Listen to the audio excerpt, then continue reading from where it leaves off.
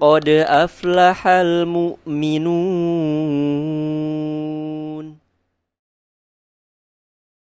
Halo, assalamualaikum warahmatullahi taala wabarakatuh. Balik lagi nih bersama Kak Deden Pratama dan juga Restu Anggara. masih di acara terbaru kita ya, Kak? Iya benar. Momen terbaru ya. Betul.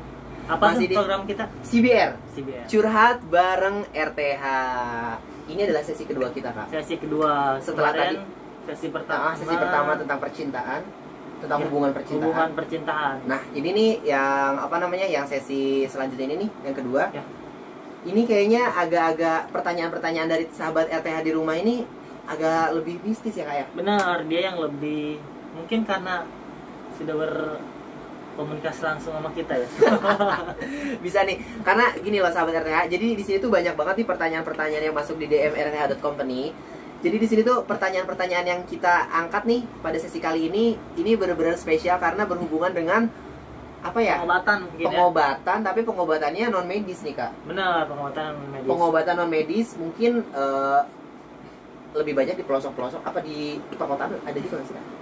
Mungkin kenapa banyak yang bertanya seperti ini karena memang di RTH sendiri sempat ada kita melakukan ruqyah massal waktu itu ya. Sempat ada bukan ruqyah massal ya, pengobatan massal. Beberapa kali pengobatan massal dan beberapa kali pernah kita melakukan ruqyah. Nah, mungkin karena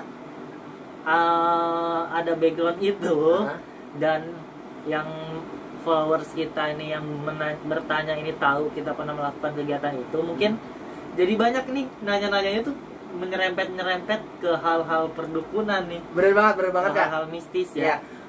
Pokoknya nih pertanyaan kali ini nih menarik banget nih teman-teman ya. Mau langsung aja apa gimana nih? Langsung biar untuk mempersingkat waktu ya. Ya betul, mempersingkat waktunya. Jadi langsung aja nih. Jadi banyak banget nih teman-teman RTH di rumah nih yang DM menjurusnya nih ke arah-arah yang non medis sebenarnya gitu kan. Nah di sini ada dari Mister perempuan nih. perempuan. Ada Ahwat X ya. Kita samarkan ya, Kak ya. Betul. Ada Ahwat X di sini bertanya, Assalamualaikum, saya seorang wanita pernah datang ke dukun untuk menjodohkan saya dengan suami saya sekarang. Pelet dong. Hubungan saya dan suami berjalan seperti pada umumnya, namun saya masih ada rasa penyesalan hingga sekarang karena pernah pergi ke dukun. Apa yang harus saya lakukan? Oh. Jadi nih ceweknya cinta nih sama cowoknya. Ya, benar. Cuman dia karena mungkin nggak pede, nggak percaya diri datang ke dukun. Padahal mah si cowok kayaknya suka-suka aja nih sama ceweknya Iya, juga cuma sih, karena ya. ya, mungkin karena nggak percaya diri cewek datang ke dukun nih. Benar. Istilah katanya kalau kerennya dulu apa? Pelet. Pelet. Kalau sekarang pelet makanan ikan. Makan ikan. Gitu ya. Boleh nggak aku dulu yang ngasih pendapat? Boleh. Gimana Gini. kalau dari Jadi gini, Kak, kalau menurut konseling kita nih. jadi gini, Kak, kan sebenarnya nih, Kak, banyak faktor-faktor nih yang menyebabkan seseorang ini pergi ke dukun. Wah, apa aja tuh? Banyak nih faktor-faktor seseorang yang menyebabkan seseorang nih pergi ke dukun nih. Salah satunya adalah dia itu karakter individu nih, Kak. Dari karakter individunya nih memang karena keadaan, maaf nih belepotan banget nih, saking excitednya nih. Iya, benar-benar. Saking semangatnya ya. Saking semangatnya nih bahas ini, jadi ada dorongan tersendiri dalam diri. Jadi gini, Kak, banyak banget nih, Kak, faktor-faktor menyebabkan seseorang ini pergi ke dukun. Entah itu kayak kasusnya yang kayak tadi nih, pelet, entah dia mau misalkan berobat, nyantet orang gitu kan. Banyak banget nih faktor-faktornya. Salah satunya adalah ada karakter individu oleh keadaan demografi nih, Kak. Jadi bisa jadi dari struktur sosialnya juga gitu kan. Ada juga dari rasa kepercayaan juga nih, Kak. Dari kepercayaan dalam diri nih gitu kan. Mati nih, Kak. Dan biasanya seseorang ini pergi ke dukun karena faktor kebutuhan biasanya nih, Kak. Karena nih atau juga nih faktor pengalaman seseorang nih. Jadi gue nih pernah info dari orang lah ya. Gue nih pernah pergi ke dukun ini berhasil. Jadi seseorang tuh merasa terdorong untuk pergi ke dukun. Terus ada lagi nih misalkan dari temennya nih, gue nih pernah ngelakuin nih melakukan sesuatu nih ke dukun ini misalkan, bla bla bla, gue kayak gini dan berhasil. Jadi seseorang itu ada rasa dorongan tersendiri dalam dirinya untuk pergi ke dukun atau orang pintar gitu, Kak. Betul. Gitu, Kak. Nah kalau dari pertanyaan ini nih, Kak, dia kan cinta sama seseorang cuman nggak pede pergi ke dukun. Kalau dari pandangan Kak Restu gimana nih, Kak?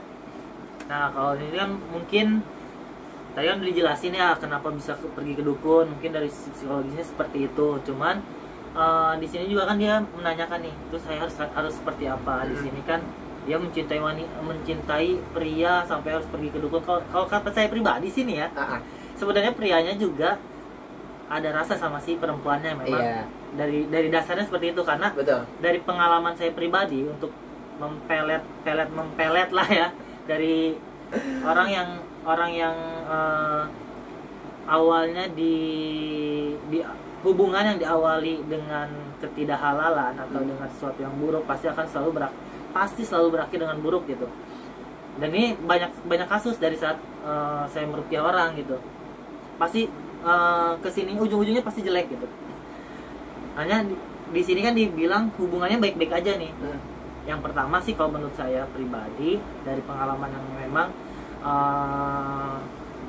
udah saya alami lah, pengalaman saya yang saya lihat ditemukan di lapangan, ini sih memang dari dasarnya laki-lakinya juga suka. Nah yang kedua, apa yang harus si wanita ini lakukan? Yang pertama adalah syukuri dulu. Kenapa harus bersyukur? Si wanita ini harus bersyukur karena masih memiliki perasaan menyesal pernah pergi ke dukun. Itu yang kedua. Yang pertama. Yang kedua harus dilakukan sama si wanita ini adalah bertobat dengan sebenar-benarnya bertobat. Dengan tobatan nasuha.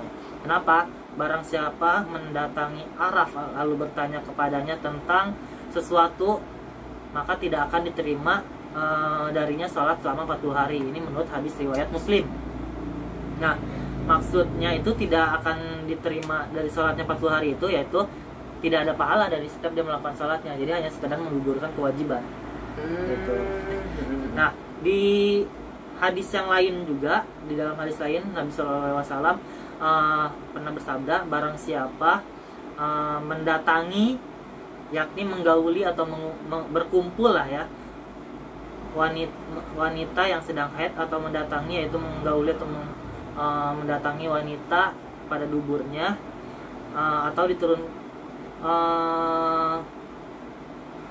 atau mendatangi kahin itu dukun, mendatangi dukun, maka dia telah kafir kepada Al-Quran yang telah diturunkan kepada Muhammad SAW.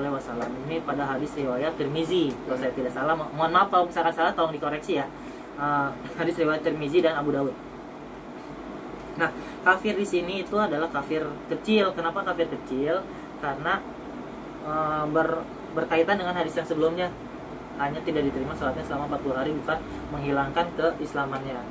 Nah, menurut saya tadi poinnya adalah dari yang panjang lebar ke sana sini, intinya pergi ke dukun kan tadi haram ya, hukumnya haram, dan juga bisa disebut kafir, dan pahala sholatnya juga tidak diterima selama 40 hari.